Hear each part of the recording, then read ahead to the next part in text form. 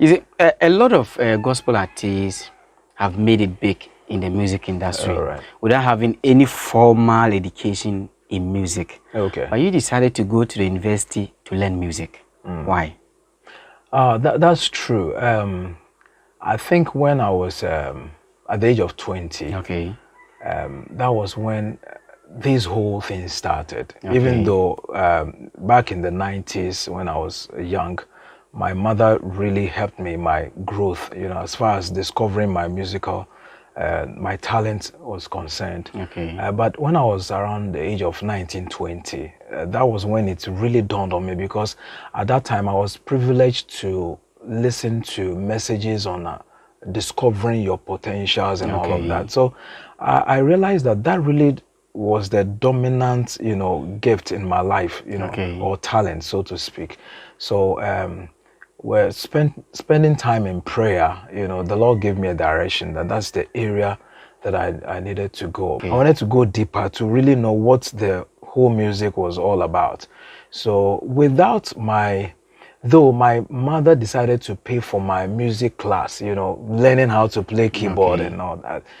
But behind the scene, she had also, I was in Nigeria back then, she had also enrolled me, tried to enroll me at University of Education. It was NAM, National Academy of Music back then. And then I was just there one day and she said, I've got or gained admission. I was like, how did it happen? You didn't know? I didn't know, but I was so excited about it because everything about me was music. Now, when you completed SHS, what did you have in mind in pursuing your education? What did you want to do before the music stuff came in? Well, I would say that it's music. It has always been music, because probably I was introduced to that, early. And probably, let me say, what you are exposed to most of the time, actually, sometimes it gives you a clue. Well, is your mother a musician? No, not really. She isn't? No, she's not a musician. She wasn't part of She's a midwife. One thing I know is that music is part of my mom and dad, actually. When you actually hear us, harmonize songs in our, house, those days, it was really fun. And people actually got stuck while walking, behind our house, and they just stop and then they just want to listen to what was going on. So I was groomed in that kind of environment. Yes. Wow. So it wasn't like she was in any music group or anything, but I think it's something that was, within. Yeah. So how many years were you at the university learning music? In 2000, I enrolled for a certificate course in Winneba. It was an enrichment program for 2 years. So after that, I decided to serve. I was serving in one of the ICGCs in Winneba. So from there, I also got the opportunity to serve again in Kumasi with another ICGC branch. Royal What were they Temple. taking you for, to be a music director or something? Yes, as a music director. And I was into it full time. Oh, okay. Yeah, like a full-time job. Full time, yes. Until 2007. Actually, I was in the kitchen. I was at the mission house then, and I just asked, Holy Spirit, what do you want me to do now? And I just heard school. School? It resonated, for a while, and I decided to find out what was going on, on campus, and they said, admission is ongoing. So I decided to pick a form. After the 2 years? After the 2 years, enrichment program. yes, I decided to pick up a form. That was in 2007. So that was how I got admission to do my degree program. How many years was that? 4. 4 years in music. What were they teaching? You get to learn a lot. Rudiments. You get to learn how to buy into composer's mind. Especially in classical music, why Beethoven did what. What was the effect? What did he want to create? Because you need to know why you want to create a kind of music, and then also to identify with what the areas, the genre you would want to follow. So And then it sounds like an interesting course. yes, it does. So when you were in school, were you still acting Yes, as I that was. role, and you were getting paid? Yes, I was. Oh, okay. I was. You know, from Kumasi to Winneba, that's about 4 or That's 5 hours. You know, and I'll study from Monday to Friday, leave campus, and then go back to Kumasi for Saturday for rehearsals or Saturday something, and Sunday. then Yeah, and then sometimes leave on Sunday after service or Monday morning. That's the way you even funded your Yes, education. that's the way. How did you end up in Obuasi? While handling some of the choirs in ICGC, okay, Obuasi ICGC happened to be one of the choirs I was handling. Okay. And then my pastor said, oh, we need someone to handle the choir because Dr. Mensah Otabel is coming and we need to put the choir in shape. And I was like, okay. So I sought permission from my pastor, Reverend George Data Mensah, that this is what Reverend Silvano C.J. Brown is saying. Say, oh, okay, that's okay. So I decided to handle the choir, you know, groom them for like 2 or 3 months before Dr. Otabe came. Oh, okay, that's CGC choir, yes, Shiloh Temple. Shiloh Temple here. Okay. And then the intention was actually to raise somebody to handle the choir. You know, part of what I do also is to raise, you know, to go to church that has a challenge with their choir. Music, just organize them, raise somebody, you know, and then leave the place and then go. Okay. So that was the same thing I did. I raised someone. Then later I was told that the person had the call of God and had to go to Bible school. Bible school. Okay. So the choir was left without a music director. Okay, my pastor asked me, so can you help us? I said yes. So I started looking for friends. You know, can you go to Obuasi? Can you do this? And none of them availed themselves for it. And I was like, okay, Pastor, I'm not getting anybody to do it. You know, and I said, okay. Let's do this. I can handle it for a while, and when we get somebody, you know, then you leave it. Then I'll leave the scene. While I was handling it for a while, my wife's boss told her that go and tell your husband that we are transferring you to Obuasi. Where was your wife then? Kumasi. I can't tell how it happened, but what my wife came and told me was, go and tell my boss says I should tell you that they are transferring you to Obuasi. But I was praying because my life, you see, I talked about Winneba. I was serving with I was serving ICGC, you know, at ICGC, Living Word Temple in Winneba. But I was also serving at ICGC, Praise Temple at Swedro. Okay. And it was Pastor Silvano C.J. Brown that was there. Oh, okay. Okay. So until you knew him even before he came to Obuasi? Until he traveled outside for further studies. Okay. So it was while I was there that I believe life is not static. So I felt there was something more than what I was doing. It was, you know, sometimes you are moving in a circle, you don't know what to do. So I started praying. And then the Lord opened this door for me to be in either Christ Temple headquarters or Kumasi. And I prayed. I said, God, I want you to direct me. But then were you married? No, I wasn't. Okay. So the Lord, I had a leading to go to Kumasi. Okay. And so that's how come I found myself in Kumasi. Okay. So it was always asking the Lord, what's the next step? What's the next step? What's the next step? You know, that's how come I was able to make that decision that, okay, I felt the Lord wanted me to be in Obuasi. Okay. And so I followed the leading of the Lord. All right. So your wife also, they transferred it to Obuasi? Sure. It was difficult for me, honestly speaking. When I had this leading to be in Obuasi, I didn't like the place at all because seriously, I've had several invitations outside the country, but I didn't sense the leading of God in all of them. Okay. You know, several of them, I turned them down. So why Obuasi?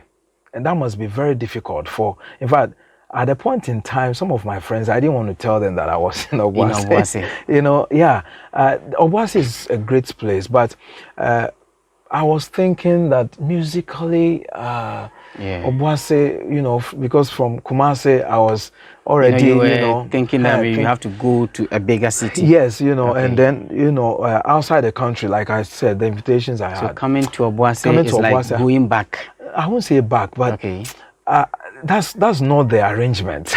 That wasn't what you planned in your No, mind. so I didn't want to be here at all. Okay. But sometimes the foolishness of God, so to speak, is even wiser than men's. Men's wisdom. Yeah, in 1,000 ways. Okay. So I decided that, do I want to obey God's voice leading, or I want to do my own thing? When I even came to Obuasi, my father in the Lord, Reverend Stephen J. Brown, is a very selfless man. Okay.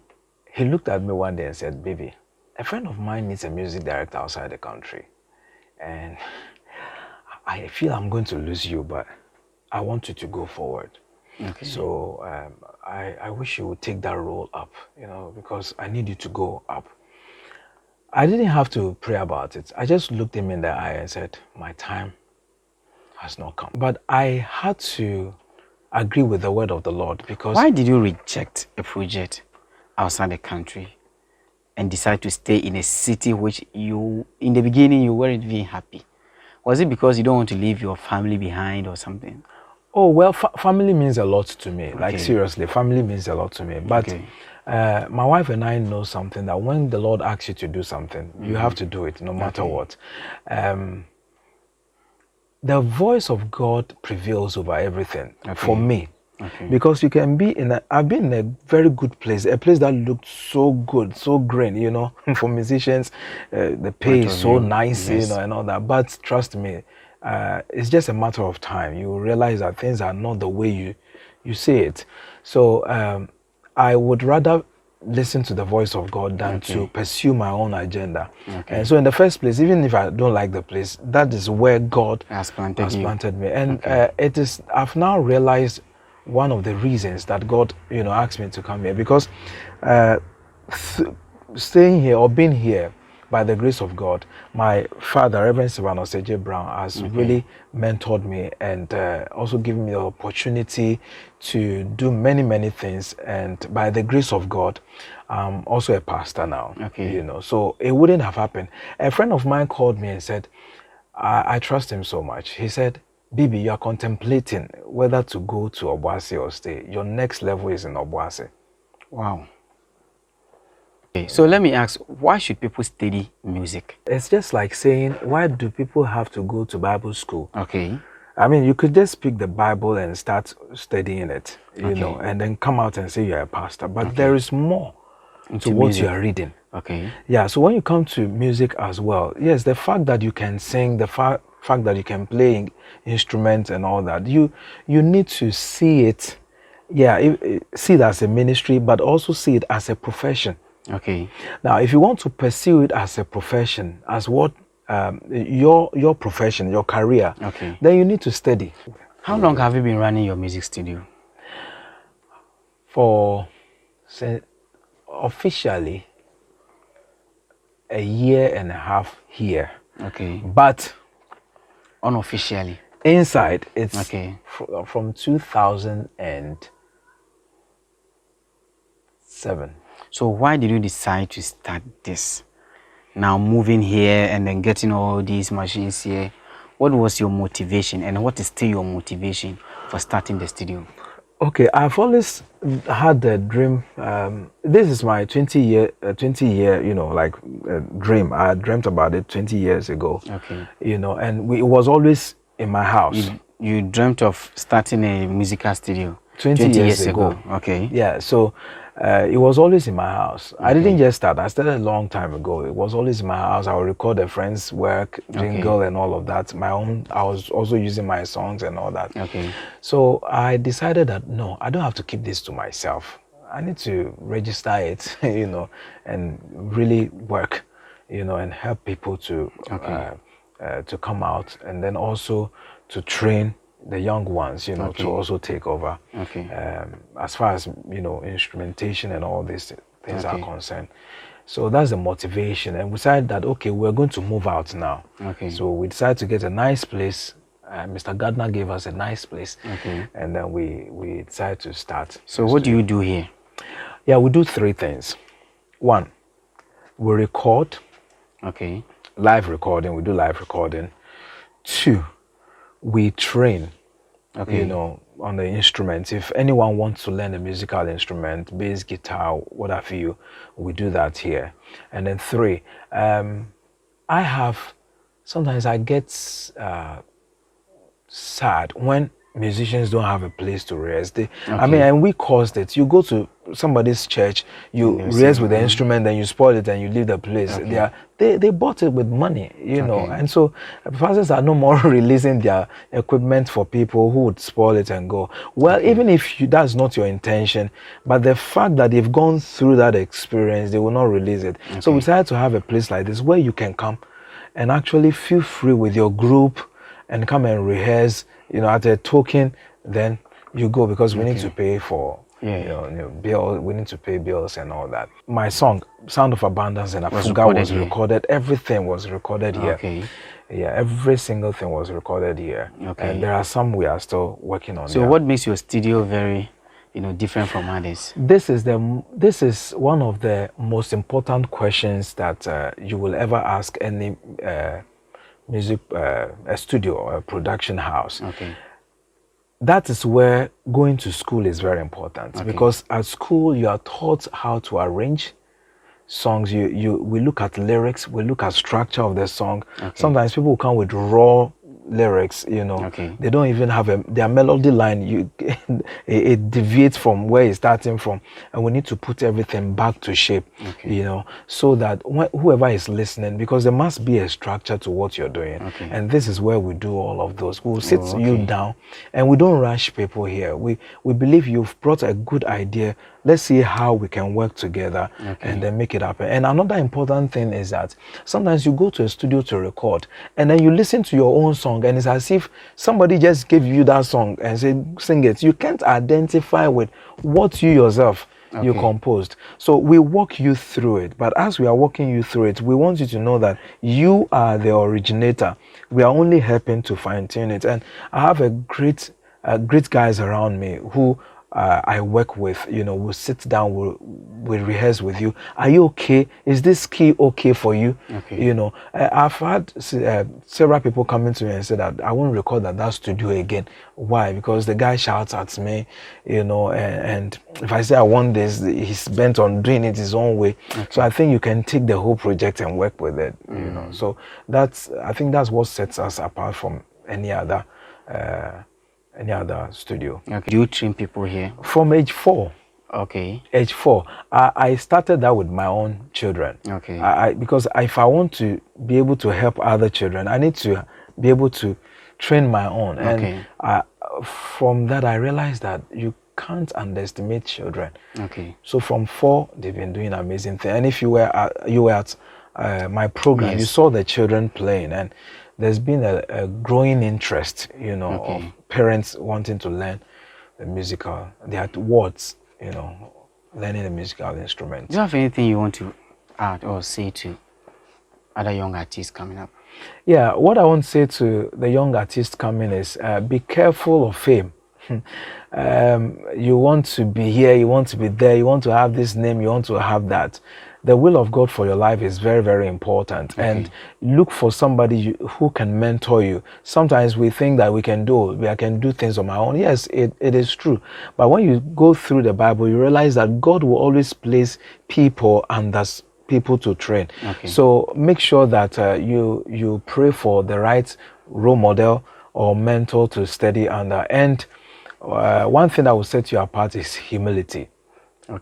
You're humble. It doesn't mean you do yes to everybody, but it's coming from this place. People can identify when they get close to you. They can smell it. They can experience humility.